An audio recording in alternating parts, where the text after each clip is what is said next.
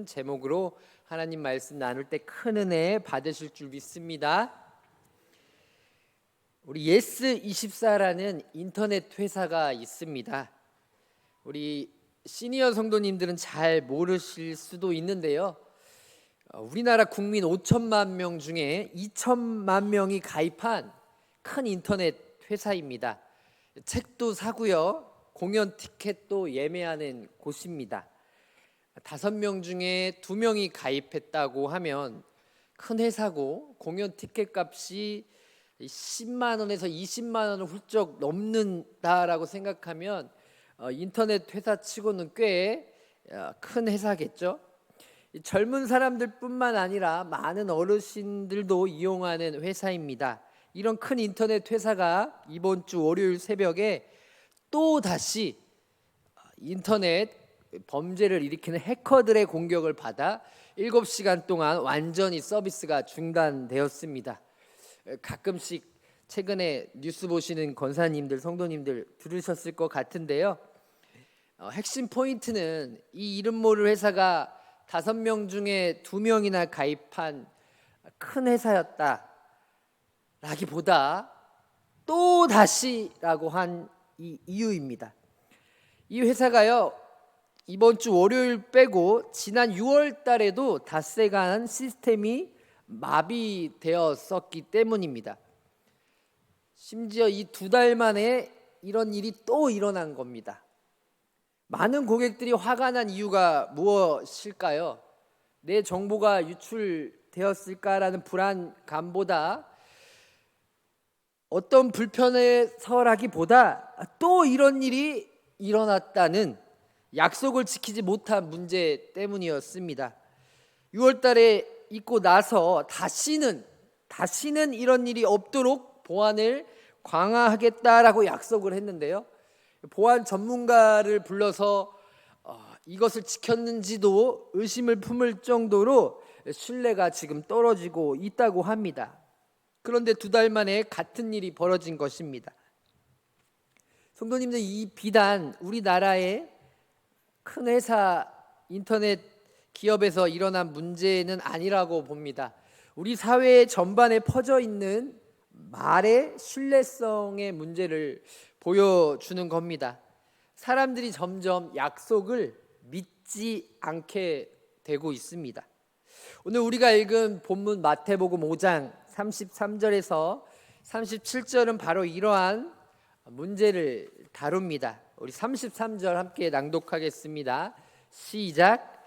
옛 사람에게 말한 바 헛맹세를 하지 말고 내 맹세한 것을 주께 지키라 라는 것을 너희가 들었으나. 아멘. 여기서 옛 사람에게 말한 바는요, 구약 성경의 가르침입니다. 레위기나 신명기에서도 맹세하라는 말씀들이 많이 나오거든요. 그러고 보면 구약은 맹세를 전면적으로 금지하지는 않았습니다. 오히려 맹세를 했으면 반드시 지키라고 강조했습니다. 딸만 낳던 저희 어머님도 주님께 서원을 해서 아들을 낳으면 목회자로 바치겠다고 했는데 그 서원 때문인지 저는 이 자리에 있습니다. 과연 이 서원을 지키기 위해 하나님이 여기까지 부르신지는 모르겠지만요, 우리 안에서 이 맹세, 또 전도서에서 나온 이 서원 반드시 지켜야 한다라는 이 강조점이 있습니다. 심지어 내가 이 맹세, 서원을 지키지 않았으면 뭔가 내게 화를 입을 것 같은 이 불안감이 우리를 맹세를 지킬 수 있는 원동력으로 이끌어가고 있었다라는 거죠. 하지만 우리 주님, 예수님은요, 지금 구약의 가르침을 폐지하시려는 것이 아닙니다. 오히려 그 참된 뜻을 완성하고자 왔습니다. 지난주부터도 계속 이 산상수훈에서 주님이 율법을 폐기하는 것 같지만 혁명적으로 이 율법에 대한 복음적인 해석으로 주님이 나아가지 않습니까? 예수님은 외식적인 맹세, 책임지지 않는 맹세, 거짓된 맹세에 대해 철저히 조심해라, 경계하라고 하신 겁니다. 당시 유대 사회 2000년 전에는요, 이 맹세가요 종교적이었습니다. 법적인 중요한 행위였습니다. 우리도 지금 말보다는 이런 땅 문서, 무슨 문서 같은 것들이 중요하지 않습니까? 최근에도 제가 이 현금 출금이 빠르게 하기 위해서 새마을금고 이 앞에 있는 여기서 카드 하나 만들려고 하니까요, 이 재직 증명서, 일하고 있는 증명서를 꼭 떼와야 카드를 만들어 줄 수 있다고 하더라고요. 말보다는 서류가 중요시할 때가 있습니다. 그런데 2000년 전은요, 이 서류보다 맹세가 더 힘이 있었어요. 유대 백과사전에 따르면 유대 법에서는요, 민사 재판 중에서도요, 재산 분쟁, 특히 이 움직이는 재산인 동산에 관한 문제에 이 맹세가 허용이 됐습니다. 즉 맹세는 아무 때나 하는 것이 아니라요, 아무 말에나 쓰는 것이 아니라요, 특정한 경우에만 제한적으로 사용되었다라는 것입니다. 하지만 시간이 지나면서요, 종교 지도자들, 주님이 자주 지적하는 율법주의자들, 특별히 바리새인들은요, 맹세를 자기 편한 대로 사용했습니다. 오늘 본문과 같은 마태가 쓴 이 마태복음 23장에는요, 성전으로 맹세하는 것은 아무것도 아니지만 성전의 금으로 맹세하면 지켜야 한다. 제단으로 맹세하는 것은 별 의미 없지만 제단 위에 예물로 맹세하면 반드시 지켜야 한다. 어떻게 보면 말장난 같지만요, 이런 식의 가르침으로 맹세를 진실의 수단이 아니라 편법의 도구로 바리새인과 종교 지도자들은 전락시켰다라는 것을 보여주는 것입니다. 사람들은 말의 책임을 회피하기 위해 어떤 맹세는 지키고 어떤 맹세는 안 지켜도 된다고 자기 자신을 정당화했던 것입니다. 이런 현실 속에서 예수님은요, 단호하게 말씀하시는 겁니다. 34절 상반절에 나는 너희에게 이르노니 도무지 맹세하지 말라. 예수님은 단순히 헛된 맹세는 하지 말라가 아니라요, 맹세 자체를 하지 말라고 말씀하십니다. 왜일까요? 맹세는 원래는요, 진실을 보증하는 수단이었습니다. 하지만 오히려 그것이 진실을 회피하게 만들고요, 오히려 거짓을 조장하며 포장하며 말의 책임을 회피하게 되는 핑곗거리로 많이 바뀌었기 때문입니다. 그래서 예수님은요 말하십니다. 본문 37절 같이 낭독하겠습니다. 시작. 오직 너희 말은 옳다 아니라 하라. 이에서 지나는 것은 악으로부터 나느니라. 진실한 사람은요 맹세할 필요가 없어요. 우리 중고등학교 때, 심지어 어른이 되고 나서 술자리나 또 특별히 남자들 사이에서 내 말이 먹히지 않으면은 우리 엄마를 걸게, 우리 아빠를 걸게, 부처님, 하나님, 석가모니 다 걸게, 이러시는 분들도 있죠.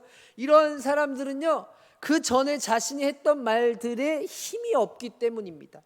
그렇기 때문에 엄마도 끌어오고요, 아빠도 끌어오고, 심지어 돌아가신 할아버지, 할머니, 조상까지 다 끌어오는 것입니다. 하지만 진실한 사람은요, 우리 주님 말씀하시죠. 그저 예, 아니요만 해도 된다고요. 이걸로만 해도 충분하다는 것입니다. 하나님 나라 백성은요, 말 자체에 진실과 신뢰가 담겨 있어야 한다는 것입니다. 그렇다면 이 성경이 말하는 맹세는 이 세상에서의 맹세와는 어떻게 다를까요? 성경에서 찾아보니까요, 맹세라고 나와 있는 단어가 히브리서 6장 16절에 나와 있습니다. 히브리서 기자가 이렇게 말합니다. 사람들은 자기보다 더 큰 자를 가리켜 맹세하나니, 우리로는 아까 말한 엄마, 아빠, 조상, 자기가 믿고 있는 신을 말하죠. 맹세는 그들이 다투는 모든 일에 최후 확정이니라. 즉 맹세란요, 하나님이 절대적인 존재를 증인 삼아서 내 말이 참이다라고 내가 한 말에 이 무게를 더하는 행위입니다. 그래서 이 말이요, 선한 목적일 수도 있고 악한 목적이 될 수 있어요. 사기 치는 사람들 보면 막 울면서 내 지금 우리 가족에 우리 엄마 아빠가 죽어가고 있다고 이렇게 막 헛된 거짓말들 하지 않습니까? 하지만 예수님은 우리에게 이렇게 말씀하세요. 진실한 말로 살아가라. 맹세 없이도 믿을 수 있는 사람이 되라라고 말하고 있습니다. 그래서 성경에는요, 이 잘못된 맹세들이 사례가 몇 가지 나옵니다. 근데 놀라운 거는 이 잘못된 맹세들에요, 공통점이 있어요. 첫째는요, 신약 성경 또 공관복음에 나오는 이 헤롯의 무분별한 맹세입니다. 헤롯 왕, 그때 당시 유대를 통치했던 이 헤롯 왕, 자신의 생일 잔치에 의붓딸이 춤을 추게 됩니다. 춤추는 것을 보고 마음이 흡족해서 그런지 이렇게 말합니다. 무엇이든 내가 원하는 것을 주겠다. 그러니까 이 의붓딸이 뭐라고 말하는지 혹시 기억나십니까? 세례 요한의 머리를 주십시오 라고 말합니다. 그 결과 어떻게 됐습니까? 세례 요한이 목숨을 잃었습니다. 헤롯 역시 세례 요한의 머리만 잘린 것이 아니라 헤롯 역시 큰 대가를 치렀죠. 의롭고 거룩한 요한을 억지로 죽인 헤롯은요, 양심의 가책에 시달렸을 거예요. 그 일 이후로 백성들 사이에서 도덕적 권위와 신뢰를 잃었을 것입니다. 결국 경솔한 말 한마디가 한 사람의 생명을 빼앗았을 뿐만 아니라요, 왕의 양심과 그가 다스리는 통치 기반까지 무너뜨렸던 셈이었습니다. 둘째는요, 성도님들이 잘 아는 예수님의 수제자 베드로의 감정적인 맹세입니다.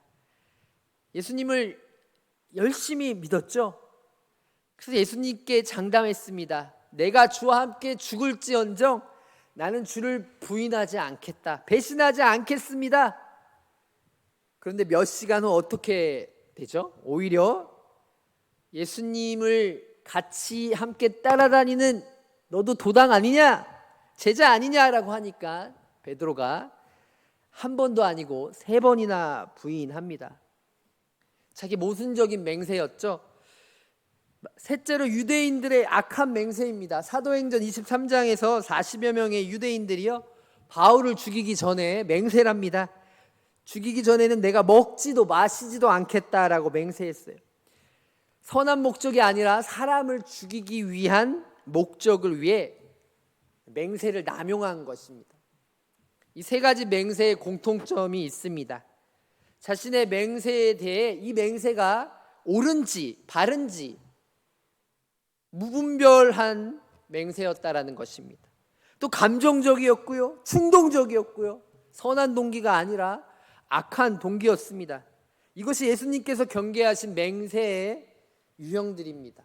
이런 건 하지 말라라고 경고하신 겁니다. 하지만 성경에는요, 이런 잘못된 맹세도 있지만요, 하나님의 흡족한 맹세, 곧 합법적인 맹세도 있습니다. 시편과 역사서에서 다윗이 하나님께 성전 건축을 서원하죠. 하지만 하나님이 너는 너무 많이 피를 흘렸기 때문에 아들이 할 거야 라고 하죠. 하지만 그 전에 자신이 서원을 합니다. 로마서에서도요, 바울이 하나님이 내 증인이시다라고 맹세합니다. 놀라운 것은요, 성경을 찾아보니까요, 하나님도 맹세했다라는 내용이 나와요. 이 또한 히브리서에 나옵니다. 히브리서 6장 17절에서 18절을 보면요, 좀 쉬운 걸로 풀어서 적어왔는데요, 하나님은 약속받을 사람들한테 하나님 마음이 변하지 않는다는 걸 보여주려고 맹세까지 하셨다라고 나옵니다. 이것은 나약한 우리가 불안해서 하나님이 약속한 걸까요? 더 확실하게 해주시려고 한 걸까요? 맞습니다. 하나님의 배려이자 하나님이 변하지 않는다는 뜻을 보여주시기 위함입니다. 로마서에서도 하나님의 부르심에는 절대 후회하심이 없다라는 구절도 있지 않습니까? 또 창세기에 보면 아들 이삭을 아끼지 아니한 아브라함에게 하나님이 나타나셔서 창세기 22장에서 이렇게 말씀하십니다. 내가 나를 가리켜 맹세하노니 내가 내게 큰 복을 주고 내 씨가 크게 번성하여 하늘의 별과 같고 바닷가의 모래와 같게 하리라. 드라마 바이블처럼 똑같이 해보려고 했는데 읽다 보니까 생동감이 없네. 중요한 거는요, 생동감보다 하나님이요, 내가 나를 가리켜, 하나님이 자기 자신을 증인으로 세운 다음에요, 특별한 맹세를 하신 겁니다. 또 창세기 15장에서는요, 하나님이 아브라함하고 약속하실 때 동물들을 쪼개는 이 불로 현현하시죠. 하나님 혼자만 그 동물 사이로 지나갔습니다. 이것은요, 내가 약속을 지키지 않으면 이 동물처럼 내가 이렇게 된다라는, 하나님이 약속을 책임지겠다라는 시각적인 뜻이었습니다. 이런 내용을 미루어서 하나님의 맹세는요, 사람의 맹세와는 전혀 다른 것이죠. 하나님은 완전하십니다. 그래서 맹세할 필요가 없습니다. 그럼에도 불구하고 우리를 위해, 연약한 인간을 위해 확실하게 약속해 주신 것입니다. 사람은 맹세로써요 남을 묶으려 합니다. 하지만 하나님은요, 맹세로써요 우리를 묶으려고 합니다. 내가 이 약속을 꼭 지키겠다라고 말씀하는 겁니다.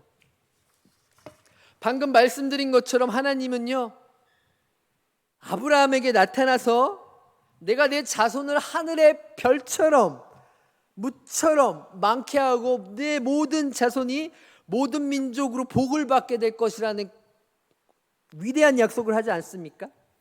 이 약속은 이제 단순히 이 자신의 자녀들이 숫자로 번성하는 것이 아닙니다.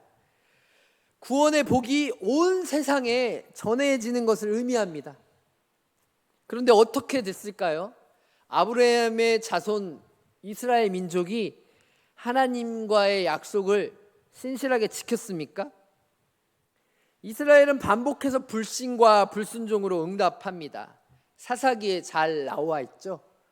악순환의 패턴, 죄짓고 회개하고 죄짓고 회개하고. 그렇다면 질문이 생깁니다. 하나님의 약속은 무너진 걸까요? 아닙니다. 하나님은요, 포기하지 않으셨습니다. 그래서 하나님의 사랑을 네버 러브 페일이라고 하지 않습니까? 절대 실패하지 않는 사랑. 인간의 실패에도 불구하고 하나님은 자신의 약속을 직접 이루시기로 하십니다. 어떻게 해요? 그 방법이 바로 예수님이십니다. 할렐루야. 예수 그리스도, 히브리서 7장 22절에 예수님을 가리켜 재밌는 히브리서 기자의 표현인데요, 더 좋은 언약의 보증이라고 합니다. 우리 뒤에 있는 중고등부들은 보증이라는 표현이 좀 안 와닿을 수 있지만요, 우리 앉아 계시는 우리 성도님들은 잘 와닿으실 거예요. 보증이란 책임지고 약속을 끝까지 이행하겠다는 담보를 의미합니다. 이게 왜 성도님들에게 잘 와닿을까요? 우리나라 사람들에게 보증이라는 단어, 굉장히 민감한 기억을 떠올리게 합니다. 심지어 교회에서도 1980년, 90년, 지금까지도 이른바 쌍팔년도의 시절에 친구, 친척, 심지어 믿는 기독교인들조차도 성도 간에도 보증을 서는 일이 흔했습니다. 얘는 믿을 만하니까 설마 내 돈을 안 갚겠어 하며 이름 하나 잘못 올렸다가 집을 날리고 가정이 무너지고 인간관계가 끊어진 사례들이 정말 많았다고 합니다. 왜일까요? 보증이란 상대방이 못 갚으면 내가 대신 갚아야 하는 것이기 때문입니다. 그래서 그 시절 사람들은 이렇게 말하곤 했대요. 돈은 빌려줘도 보증은 서지 마라. 그만큼 위험하고 때로는 인생 전체를 걸어야 하는 일이었습니다. 그런데 성경은 예수님이 우리의 언약을 보증하시는 분이라고 말해요. 히브리서 기자가 이런 걸 다 알았을까요? 참 우리에게 와닿는 표현입니다. 무슨 뜻입니까? 하나님과 우리 사이에는요, 약속, 언약이 있었다는 거예요. 그런데 우리는 그 약속을 끝까지 지키지 못했습니다. 우리는 실패했어요. 아니요, 실패할 거예요. 그래서 예수님은 단지 보증인으로 서신 것이 아닙니다. 우리의 실패를 실제로 감당하셨습니다. 2000년 전에요. 십자가의 역사가 그 증거입니다. 우리가 감당할 수 없는 책임을 예수님이 대신 갚으신 것입니다. 어떻게요? 직접 죽으심으로요. 또 고린도후서 1장 20절에는요, 바울이요, 하나님의 약속은 얼마든지 그리스도 안에서 예가 되니. 할렐루야. 하나님의 약속은 얼마든지 예수님 안에서 예가 되는 것입니다. 이 말은요, 하나님이 아브라함에게 하신 모든 약속, 후손을 번성케 하리라, 내 기업이 복을 받을 것이다, 이 구원이 예수님 안에서 즉 완성되었다. 컴플리트, 영어로 치면 이 현재 완료형, 이미 완성이 되었다라는 응답을 받았다는 것입니다. 앞으로 완성될 것이야, 미래형이 아니라요, 이미 완성되었다, 이미 복을 받았다라는 뜻입니다. 그 약속의 성취가 예수님의 성육신과 십자가에서 나타나신 것입니다. 하나님은 인간의 몸을 입고 오셔서 우리 죄를 대신 짊어지셨습니다. 십자가에서 피 흘리심으로 단지 죽음으로만 끝나는 것이 아니라 죽으심으로 내가 너를 반드시 축복하고 아브라함과 약속한 이 복을 지키겠다, 이 언약을 자기 생명으로 보증하신 것입니다. 그래서 우리의 삶이, 그리스도의 삶이 생명의 값이라고 하는 것입니다. 그래서 우리는 살아가는 이 거듭난 삶을 두 사람의 생명을 갖고 산다는 거잖아요. 하나는 나의 생명, 하나는 예수님의 생명. 그래서 예수님께서 마지막에 뭐라고 말씀하셨죠? 우리 작년 담임 목사님 가상칠언의 말씀 설교 때 말했죠. 테텔레스타이, 다 이루었다. 요한복음 19장 30절에. 이 말씀은 단순히 사명의 완성을 의미하는 것은 아닙니다. 하나님께서 아브라함과 맺으신 이 언약이 마침내 성취되었다는 선포입니다. 이제 우리는 불안정한 인간의 맹세가 아니라요, 그리스도 안에서 확증된 하나님의 약속 위에 서 있는 것입니다. 그래서 우리가 실패할 때도, 흔들릴 때도 이 약속은 여전히 유효합니다. 왜냐하면 예수님께서 우리의 보증이시기 때문입니다. 할렐루야. 그렇다면 우리는 어떻게 살아야 할까요? 예수님의 가르침의 핵심은요, 맹세를 하지 말라라고 오늘 텍스트에 나와 있지만요, 문맥을 살펴보면 경솔한 맹세를 피하되 필요하고 합법적인 서약은 진지하게 임하라는 것입니다. 피해야 할 맹세들, 하나님 맹세코 같은 일상의 경솔한 표현들, 감정에 휩쓸린 무분별한 약속들, 지킬 수 없는 내용의 맹세들, 악한 목적을 위해서 하나님의 이름을 사용하는 것들이 있습니다. 반대로요, 우리가 살아가면서 합법적인 서약들 있습니다. 우리 법정에서의 진실한 증언, 결혼 서약, 교회 직분을 맡을 때의 서약, 국가에 대한 합법적인 서약, 이런 것들은 우리가 꼭 지켜야 하는 것입니다. 개혁주의를 믿는 우리 장로교 전통에서는요, 칼빈은 합법적 맹세의 세 조건을 제시합니다. 하나님의 영광을 위해서, 이웃의 유익을 위해서, 진정한 필요에 의한다면 맹세를 해도 된다는 것입니다. 이 기준에 맞는 서약이라면 그리스도인도 할 수 있다는 것입니다. 하지만 문제는 이 맹세를 경솔하게 남용하지 말라는 것입니다. 예수님이 말씀하셨죠. 30절에 오직 너희 말은 옳다 옳다, 아니라 아니라 하라. 이 말씀은 일상적인 대화에서 정직성을 강조하신 것입니다. 평상시 말에 이 진실성이 있다면 특별한 맹세가 필요가 없다는 뜻입니다. 즉 예, 아니요, 아니요, 이것의 의미는요, 평상시의 말과 내 삶에 일관성이 있도록 진실하게 살라는 것입니다. 약속했으면 신중하게 지키라는 것입니다. 거절할 때도 명확하고 정직한 의사를 표현하라는 것입니다. 이중적인 언어를 사용해서 상대를 헷갈리게 하면 안 되는 것입니다. 하지만 이것이 공적이고 엄숙한 서약까지는 금하신 것이 아니라고 했죠. 그래서 교회에서 오래 우리의 보물로서 내려오고 있는 웨스트민스터 신앙 고백서에서도요, 합법적인 맹세는 종교적 예배의 한 부분이라고 우리의 선진들은 기록에 남겨놓았습니다. 영원히 변하지 않는 유일한 진짜 약속, 하나님이 그리스도를 통해, 예수님을 통해 주신 약속입니다. 오늘 계속 인용한 이 히브리서에서 히브리서 기자는요, 이 예수님을요, 이 약속을요, 이 보증을요, 튼튼하고 견고한 우리 영혼의 닻이라고 해요. 배를 타 보셨나요? 배가 닻에 의해 방향을 잡고 목적지로 가지 않습니까? 바로 닻처럼 예수님이 우리의 방향이 된다라는 것입니다. 말씀을 정리하도록 하겠습니다. 성도님들, 우리는 각각의 상황에서 지혜롭게 판단하며 살아야 합니다. 하나님의 영광과 이웃의 유익을 구한다면 우리는 맹세할 수 있습니다. 그래서 성숙한 그리스도인으로 살아갈 수 있습니다. 그래서 우리 예수님이 확증된 하나님의 약속으로 우리 삶의 든든한 기초가 되는 것입니다. 그래서 영혼의 닻처럼 우리에게는 예수님은요, 완벽한 나침반이에요.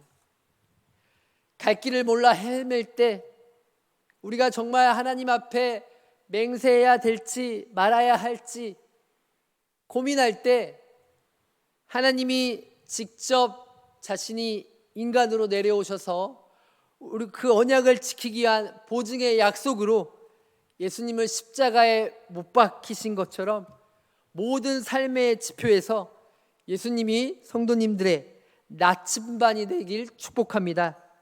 우리 성도들에게 복잡한 맹세나 화려한 약속이 필요 없습니다. 단순한 말씀 안에서 순종과 진실한 삶이면 충분합니다. 기도하겠습니다. 사랑의 하나님 아버지, 감사합니다.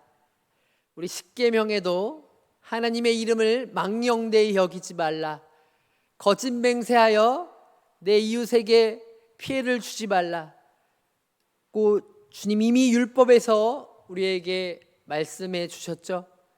주님, 우리가 살아가면서 하나님의 이름을 얼마나 남용하며 함부로 하나님의 이름을 썼는지 이 시간 회개합니다.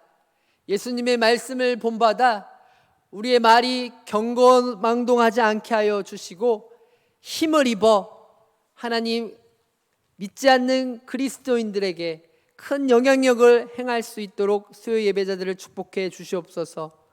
무엇보다 해야 할 맹세 가운데에서는 꼭 그 맹세를 지킬 수 있는 은혜 또한 허락해 주시옵소서.